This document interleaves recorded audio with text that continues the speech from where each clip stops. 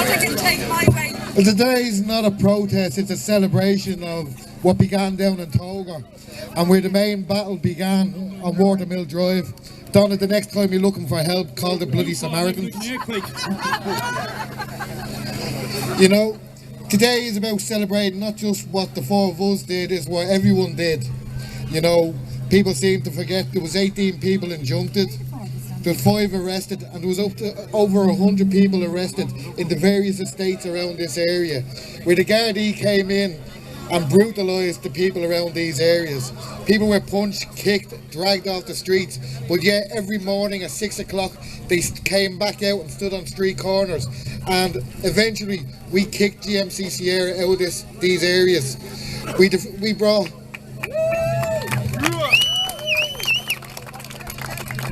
We brought hope to a nation that was dying in a sea of death.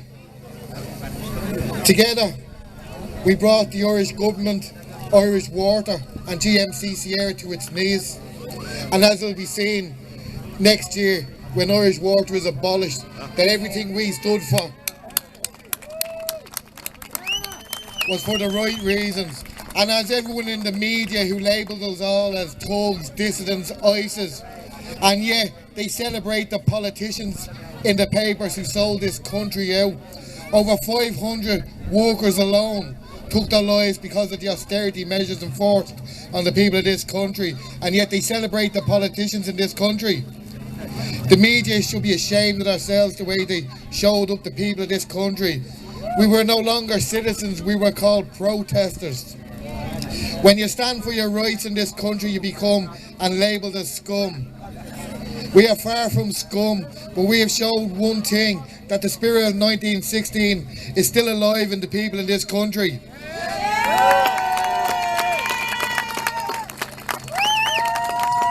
And next year for the centenary, there will be a hell of a lot of people out celebrating and continuing on the battle to free this country from the slavery inflicted on it by greedy Irish politicians. Okay, I'd like to say, fair play to all for turning up today. It's been over years since we all turned out. There's only a handful of us, and it's grown now into the biggest, as I could say, uprising since 1916. The government are terrified to see people stand up against them, stand up against our corruption, and stand up against our policies. And basically tell the government we had enough. And we're not going to stand by and let just destroy our country. We're going to take our country back. When we beat Irish Water, we're coming after you, Kenny. You and your cronies.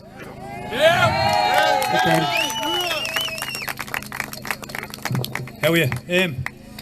Just the people of Edenmore and Raheny, it's your day today because it's your celebration, so enjoy your day, alright? And that's mainly it, alright? They call him the quiet man. But listen, fair play. Sorry? He was up all night writing that. He was up all night writing that, Derek said. But listen, we all know the history, okay? So we don't need to go over that again. But I'll just say fair play to everybody that supported us when we were went into prison earlier on in the year. But the thing that I'd like to say, and I'm saying it to everybody, and people that are involved in different groups and everything else, if we don't come together and if we don't forge unity between the different groups, whether they be community groups, whether they be political parties, if we go into this election with overkill of candidates standing up against one another, we will get no one elected. And the people on the ground are the people that should be directing the people that they have elected, you know, into positions of councillors and whatever, and saying to them how you feel about unity and what we do moving forward. Because if we don't make this election markers in history will show that we lost this opportunity that we have not got in the last 99 years so far. Now, there are people involved in political groupings and everything here now, and I genuinely mean this.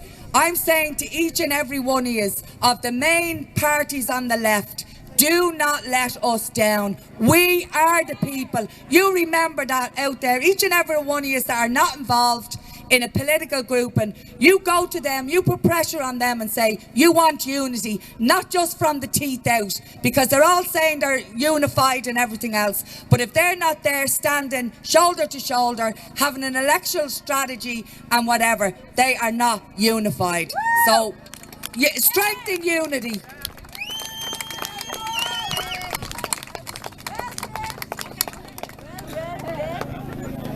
Well done, and fair play to Ollie, Bernie, Damo and Derek. Now, the next fella that I'm going to call to speak is actually an old neighbour of mine when I lived in Darndale. He was my next door neighbour, but he was only a kid at the time, not giving me age away or anything here, you know. But I was very proud to meet him in the past year, out doing a fantastic job with everybody else that belonged to the Lusk, Rush and Skerries. That is James Cowser. Welcome to the stage. How's our president?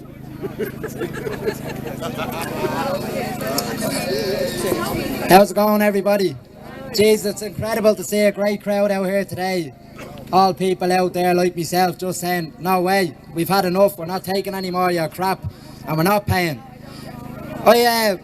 I'm here representing the Lusk Rush Skerries group there against water meters and general austerity at this stage. I remember, again going into history, a year ago or more, standing with people here in Edenmore, travelling over every Tuesday and Thursday because that's all we were able to give. But it was inspirational stuff. There's people here today that were bullied, pushed, shoved, harassed, intimidated by the local authorities, by the law and that. But they still haven't been beaten, nor will they be beaten.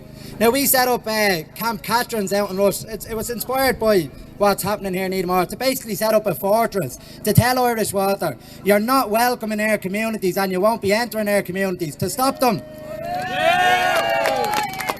To stop them before they even get into our areas, to stop them at the entrances of the estates, so we don't have to inconvenience our communities with the police coming in, pushing and shoving and blocking roads and trying to blame peaceful protesters. So basically, just a lot has happened in the last year and a half. We forged a lot of friendships together about basically people we didn't know. I knew Audrey, as she said, when I was a child in Darndale. That's what made us want to come to Edenmore as well, because we seen our old area being attacked, literally attacked by terrorists. No more than terrorists. So we came out and stood with our people in Edenmore and Coolock and Darndale, everywhere. But again, I'm a bit nervous here, sorry. Look, the last year has been brilliant. As I said, we forged friendships, alliances, we all travel together. Doesn't matter where you're from, anywhere Irish water workers decide to come in and put in meters, we'll be there standing together and we'll stop them. And we let this government know, we ain't going away and we won't go away. Yous will be gone before we will. Thanks very much, ladies and gentlemen. Well done, James. Fair play to you. Now I'm going to have one more speaker, and then after this speaker we're going to have Burn the Bills. So if somebody would like to take the bat, please, and move it over there so the smoke is not blinding everybody here. Is that okay? Great, thanks. So the next speaker I'm going to call is Jared Kavanagh, who has travelled all the way from Cork. And this is where it all began. So welcome, Jared Kavanagh. There you are. Hello, delighted to be here, and I'm finding every time I come up to Dublin, I'm enjoying it more and more. I'm meeting some fantastic people. I can't imagine how so many nice, decent people are not living in Cork. Like yourselves, we started off a year and a half ago out in Toker, and from then we've set up community activist groups in Toker, in Cove, in Ballyfihan, in Mayfield, in about a dozen other places, and we work together as much as we can. We'd have about a dozen or 14 or 15 activists that are reasonably able to form a flying squad, so we're emulating in that way as well. We've just had them coming into the city, so we're only getting to grips with that, so I'll be looking for your experiences. But we went out to Watergrass Hill by the invitation of the people out there, and that's a sizable village with about 6 or 8 large estates, and one after another they asked us to organise them. And while all the surrounding villages were metered without a whimper, there isn't a meter has gone into Watergrass Hill in the past 3 months. So we stood them down and told them to wait and they'll come back again, and last week they're back for the second round and we're holding them off so far. We moved out to Tower, which again is 7 or 8 miles outside the city, and we barricaded 4 estates initially out there, and we held them off for 3 or 4 weeks. And as a result of that, and having your publicity out on the road, 5 or 6 other estates in Tower and Blarney came out. Because our residents were less than 50-50 on those estates, we actually came to an arrangement with Irish Water, and they kept their word, or a particular contractor kept his word. So 4 estates were metered, only those who wanted them, which meant those 4 communities were able to let go of the tension that was building up in them, and we were able to move on to the next estates that were under threat. So it's an evolving policy. We're not sure how productive it is, but if you have an estate where your people are on the verge of giving up because there's only 20% of them fighting it, better to have those 20% without a meter than to have your people give up and the whole estate being metered. But this is an ongoing debate with us at the moment. Other than that, where we have more than 50% support, our policy is to keep them out completely, and so far that's working. But we're finding we're getting overwhelmed with the amount of crews that are pouring into Cork. A lot of them telling us they've been working in Dublin and they're being pulled out. So to some extent we're getting the crews that you've defeated, but the other aspect we find is that we're benefiting from your resistance, in that there is a change, and what we're hearing is we don't want to give hassle, we don't want to get hassle. If somebody tells us reasonably straightforwardly, we don't want a meter, we'll keep going and we won't give it to you. And willy-nilly, that's slowly but surely happening. You still can't trust them, we're not, but there's definitely a sea change in their attitude, whether that's down to being harassed or whether they're seeing, we're thinking maybe there's some challenge in the courts that if you haven't a contract and you express you don't want it, that they can't come back to you legally. But there's something going on in that regard. Other than that, we thank you for the inspiration we've got from you in Cork, and what we hear them saying is democracy is under threat. It is from them, but we're fighting back and we're winning. So democracy will survive through your hard work. Okay, thank you.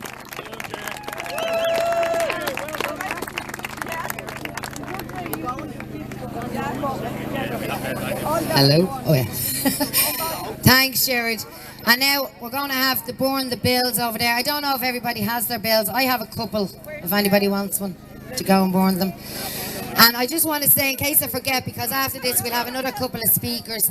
And for all the children that are here today, give you some good. The man's got Barrow. We got orders. The man's got Barrow.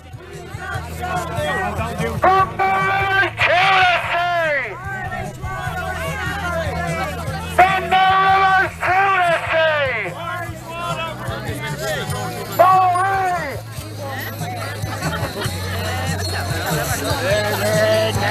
Get it in there. This is all for the guy, rid of it.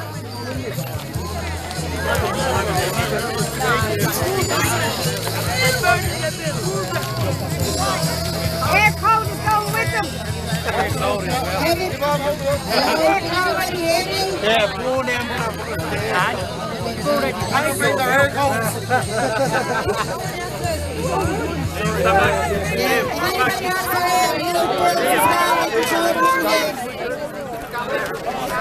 Air codes.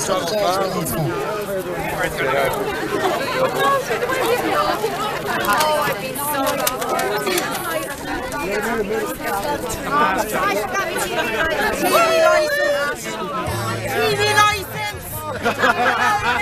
Here's the second one. There's the third one.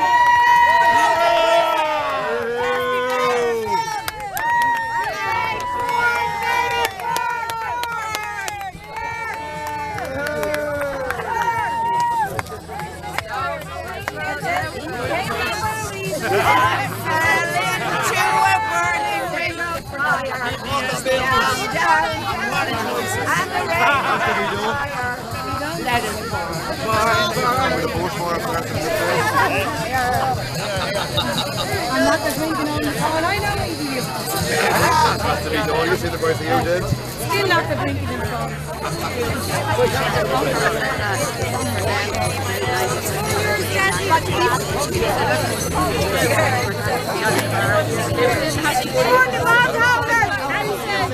More than politicians.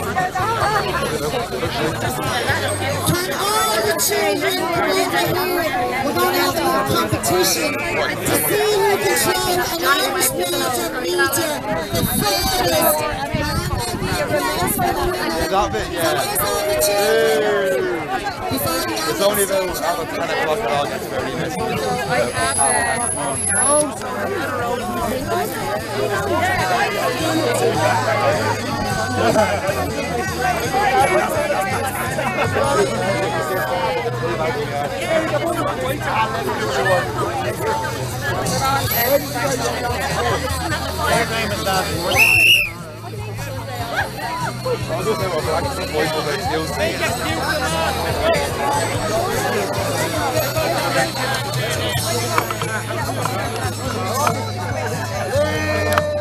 And those in Origi, it has been a privilege to stand side by side with you all in this resistance. From Edenmore to Alden Grange, people stood up to Irish Water on the metering campaign. This campaign saw the politicisation of hundreds of people. As you are well aware, 4 of our own were incarcerated by the state for their efforts. I don't think the political establishment seen it coming, so it took them a few months to figure out a strategy to try and defeat our resistance. What followed was a strategy based on a combination of bribery and bullying. But for their strategy to work, they needed us to buy into it. We haven't and won't be bought off with our €100 water conservation grant. We haven't and won't walk away from the resistance because of the scare tactics that we had a sinister fringe. We haven't and won't walk away because they promised to cap the price of your water until 2018. We are not giving up because Dennis O'Brien's newspapers tells us that this is a lost cause. We haven't and will never accept water meters because their High Court tells us to. We haven't and won't be going to abandon our streets because the Garda tried to intimidate ordinary citizens in their own estates. Despite all the lies that have been peddled by the government over the last year, one fact has emerged above all others. We have Irish Water and the government on the run. And we need to keep them on the run. 57% non-payment. I suspect it's higher, and we need to pile on the pressure and continue to build a boycott amongst friends, workmates and family.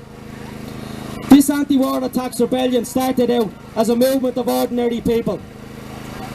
It's not the plaything of any one political party, any one group or any one person. It belongs to you, the people and the communities from which it sprang from. And it needs to stay that way. Experience has shown that we can trust nobody but ourselves to finish this fight. This water tax is the same contract now as it was when it was first announced 5 years ago. It's not going to be beaten by politely waiting for another election. It can and will be beaten by our multi-fronted campaign of opposition, by stopping the water meters from being installed, by removing the water meters, by refusing to pay Irish Water bills, by persuading our family and friends to join the campaign, by small, medium and large protests and organising locally and nationally. There is no point waiting until the next election to bury Irish Water where we can kill and bury it now.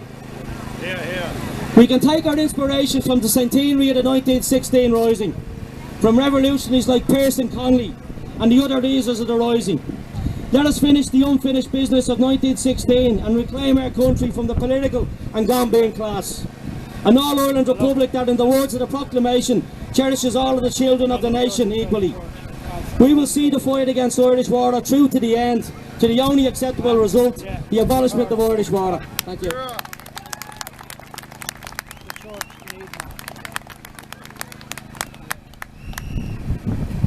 Fair play, Kieran. Well done. And next speaker will be Tony Boland from RNU, please. There you go.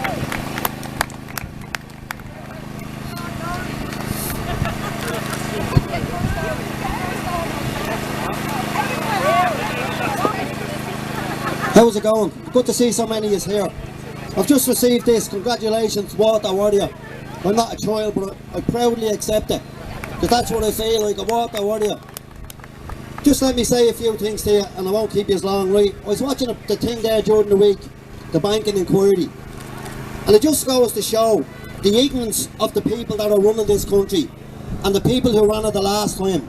The two governments. Let me just quote three questions that was asked to the former Taoiseach and the new Taoiseach.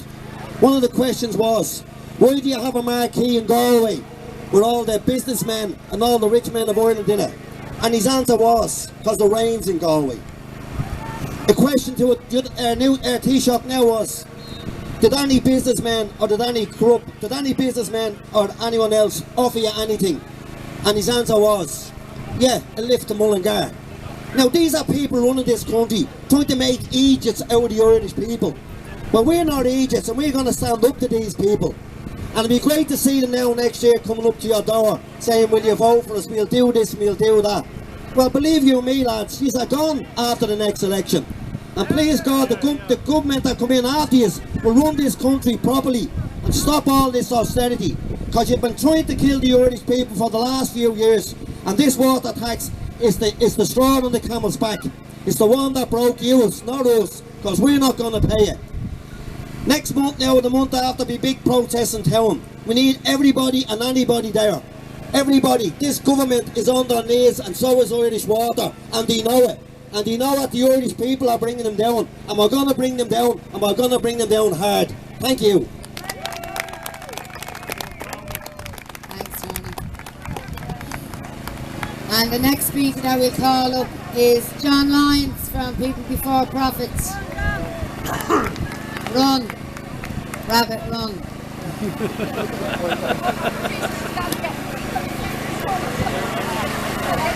Hello. Hey folks. Can you hear me? Yeah? Okay. Hello. Much better. Okay folks, just to say that, as Derek said earlier on at the beginning, this is to commemorate a year's worth of resistance in this area. And I think it is worthwhile to actually think about what happened in this area, in this wider area, over the past 14 to 15 months. People themselves, just ordinary people with families, jobs, responsibilities, got up and started to resist the installation of water meters. It started with Donna and Watermill Drive, inspired by Cork, and then it spread right throughout Edenmore, Donaghmede, Greenwood, Airfield and Rathvale. Absolutely amazing to see it. No political party told them to do it. No politician, whether locally or nationally, told them to do it. They did it themselves. And for over a year, resident after resident, community after the community came out, giving up their own time that they could have spent with their families or going to work. They gave up, sacrificed a hell of a lot. And why? Why did they do it? Why did all of you do what you did over the last year, which has brought Irish Water to its knees, to the point where now 1 million households have refused to pay the first bill and has nearly knocked Irish Water out completely? You do it because you care. You care to what's happened to this country over the past 7 years. You care that we bailed out the banks to the tune of 64 billion euro back in 2008. You care that you've lost jobs, that immigration is back on the scene. You care about the cuts to lone parents, to home help, the hospital waiting list getting longer and longer and longer. You care about your families, their futures. You care about your friends. You care about all these things. And that's why there's been the biggest mass movement seen in this country, as Ollie said earlier, since the War of Independence. Since it kicked off with the Rising in 1916, and from 1917 up to 21. This is the biggest mass movement since that time, the biggest one in the history of the state, and it's been led by the people themselves. There's been no elections over the past year, right? We had the local elections, but from May on, it's been people themselves getting organised, coming together, getting up at 6 o'clock in the morning, getting themselves organised. These are major sacrifices that people have given to the cause of defeating Irish Water. And it's been truly remarkable to see it. And it does beg questions as to the role of politicians and political parties. It does, because we have never seen so many people, non-political, as they say, people getting involved in political activity as we have over the past year. And it does ask questions of those of us who are elected representatives. Well, what is your job? What are you meant to do? And my job, I see, as a People for Profit councillor in this area, is to assist the resistance, to help in any way, shape or form, to use my position in Dublin City Council to help in any way that I can, whether it's printing leaflets and getting in trouble because of it, whatever it is, printing posters, raising issues in the council chamber, whatever it is that I can do to help. That's what I do, because I'm meant to be a public servant, the servant of the people, and you're meant to hold me accountable. And I think that asks questions as to what we do with the water charge movement now, because there's some people within the wider water charge movement who are behind the vast majority. They said they didn't come out with a strong non-payment position. They didn't advocate non-payment. Well, what do we have with the first bill? We have nearly 1 million households, 57%, nearly 1 million out of the 1.7 million customers of Irish Water have actually engaged in mass civil disobedience. They have decided not to pay their first water charge bill.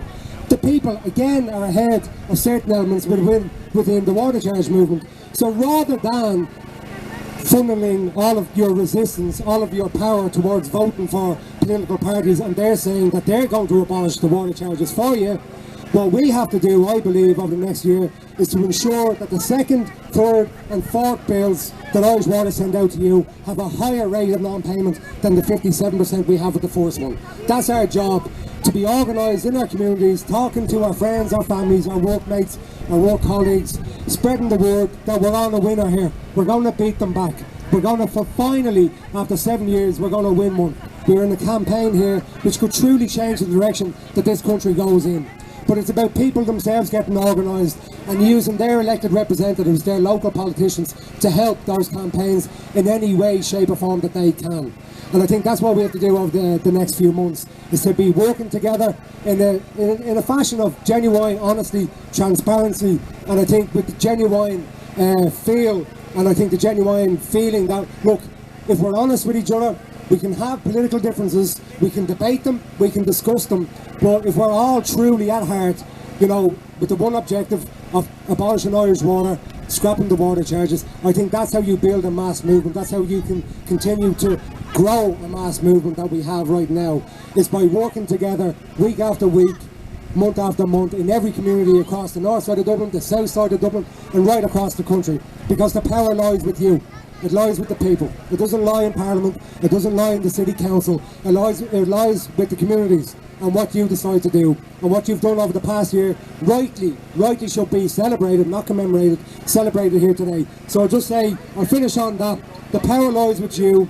I think we have a lot of work to do to build this movement, because it has to go beyond parliamentary politics. It has to be more than just the next election or the next election after that. It's what people themselves do, and what you've done over the past year is truly remarkable in getting yourselves organised, fighting back against GMCCA, sacrificing a hell of a lot of your time. Some of them, Ollie, Derek, Damo and Bernie, sacrificed their liberty, shamefully. They were harassed and prosecuted by the Fianna Fáil barrister, Jim O'Callaghan, on behalf of GMC, but they were willing to go to prison on this battle.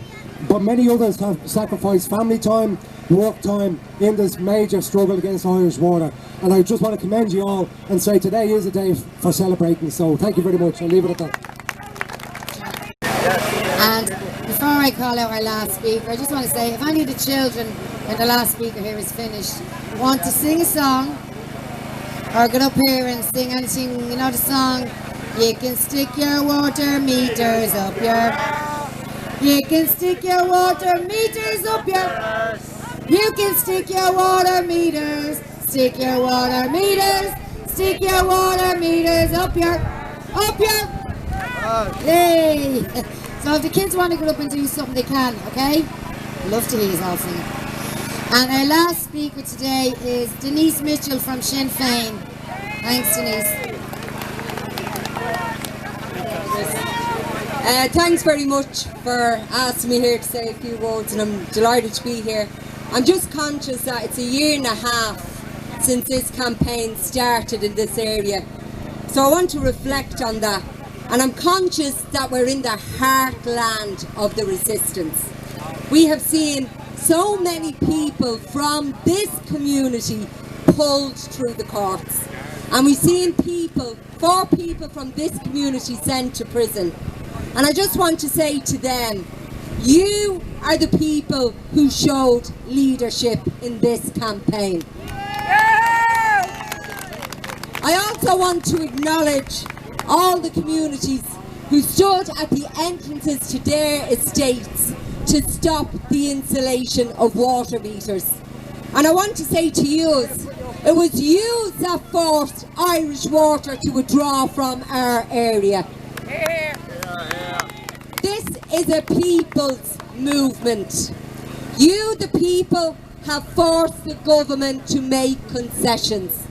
And you, the people, are now being forced with bully boy tactics from this government. But our message stays the same. We won't pay. I was thinking there last night about when Irish Water first came into my community and the support we got from communities all across this area, and it showed what great community spirit we have. And you know what, folks? It was you who put the unity back into community, nobody else.